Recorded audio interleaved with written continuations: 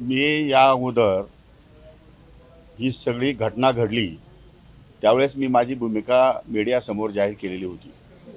मीडियासमोर मी हे सांगितलेलं होतं की अशा प्रकारची कुठलीही जंगली रमी मी खेळत नव्हतो, मला खेळता येत नाही.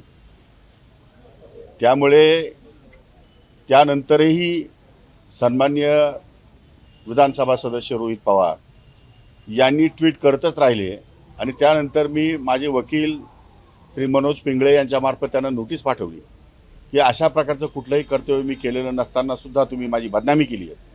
शेतकऱ्यांमध्ये बदनामी झाली आहे, माझ्या पक्षामध्ये बदनामी झाली आहे, माझ्या पक्षाच्या नेत्याची बदनामी झाली आहे आणि पर्यायाने माझी सुद्धा बदनामी झाली आहे. माझी इमेज आणि माझी प्रतिमा ही तुम्ही समाजामध्ये डागाळलेली आहे आणि अशा परिस्थितीमध्ये तुम्ही आमची माफी मागावी अशी मी त्यांना एक नोटीस पाठवली. परंतु त्या नोटिसीची त्यांनी कशी खिल्ली उडवली हे मीडियाला संपूर्णपणे माहिती आहे. मग अशा परिस्थितीमध्ये माझी बाजू मला राखण्यासाठी आणि माझी बाजू लोकांसमोर मांडण्यासाठी मला कोर्टामध्ये फिर्याद करण्याशिवाय पर्याय नव्हता आणि त्यामुळे मी या ठिकाणी कोर्टामध्ये फिर्याद केली. आज फिर्यादी म्हणून माझा जबाब या ठिकाणी माननीय कोर्ट महोदयांनी किंवा न्यायाधीशांनी या ठिकाणी नोंदवलेला आहे. तो जबाब नोंदवण्यासाठी मी या ठिकाणी उपस्थित होतो.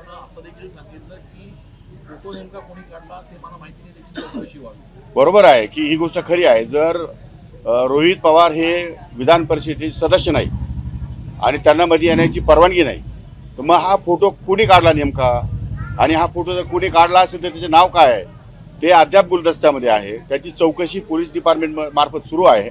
पण या संदर्भामध्ये रोहित पवारांनी ते जाहीर केलं पाहिजे की त्यांनी फोटो कुठून मिळवला, म्हणून कसा मिळवला, कुठून मिळवला आणि मीडियाला कसा सादर झाला आणि मीडियामधून या ठिकाणी संपूर्ण लोकांपर्यंत कसा पोहोचला याची इत्थंभूत माहिती त्यांनी त्यांच्या जबाबामध्ये या ठिकाणी नोंदवणं आवश्यक आहे.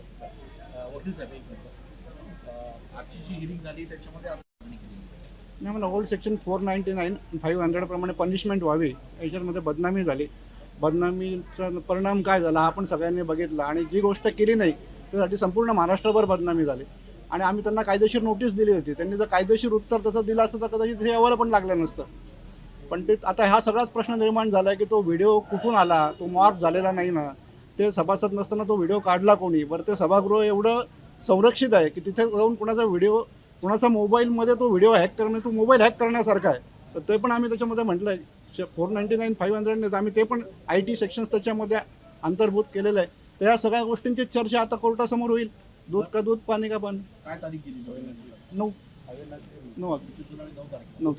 आणि त्यामध्ये दुसरी महत्त्वाची, ज्यांनी कुणी फोटो काढला असेल, उद्या माझे अकाउंट्स डिटेल आहेत किंवा कोडवर्ड्स आहेत किंवा ते कोडवर्ड जर हॅक झाले, मोबाईल हॅक झाला तर माझे फॅमिलीचे फोटो किंवा माझ्या आतमध्ये असलेले कॉन्फिडेन्शियल रेकॉर्ड्स हे कुठेही पब्लिकमध्ये जाऊ शकतात. म्हणजे अशा प्रकारे विधानसभेची, विधान परिषदेची परवानगी नसताना एखाद्या सदस्याने किंवा सदस्यांनी नेमलेल्या एखाद्या कुठल्याही अधिकाऱ्याने किंवा पत्रकाराने किंवा कुणी आणखी माणसाने जर तो फोटो काढला असेल तर अशा प्रकारची प्रवृत्ती वाढवणं म्हणजे याचा अर्थ एक प्रकारे तुमच्या खाजगी कारणामध्ये, तुमच्या व्यक्तिगत जीवनामध्ये किंवा तुमचे कॉन्फिडेन्शियल रेकॉर्ड पळवण्यामध्ये या ठिकाणी मदत केली असं त्या ठिकाणी होऊ शकतं. विधान परिषद सुरक्षित नाहीये असं आपल्याला वाटतंय का? ज्या पद्धतीनं व्हिडिओ आतमध्ये काढला जातो, तो व्हायरल केला जातो, आपण बसलेले असताना मागून कोणीतरी लपून हा सगळा व्हिडिओ घेतोय, सिक्युअर नाहीये का?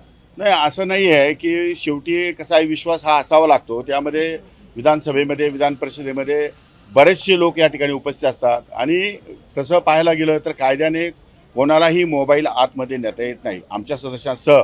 परंतु काही कामानिमित्त या ठिकाणी मोबाईलचा वापर व्हावा, काही लोकांना कळावं किंवा या ठिकाणी तिथल्या आमदारांना कळावं, तिथल्या मंत्र्यांना कळावं कुठे काय चालू आहे राज्यभरामध्ये. कारण शेवटी कसं आहे, घडामोडी होत असतात आणि ते कळावं म्हणून या ठिकाणी थोडंफार प्रमाणामध्ये सवलत विधानसभेचे अध्यक्ष किंवा विधान परिषदेचे अध्यक्ष देतात. परंतु ते बेकायदेशीर आहे, चुकीचं आहे, यामध्ये काही शंकाच नाही.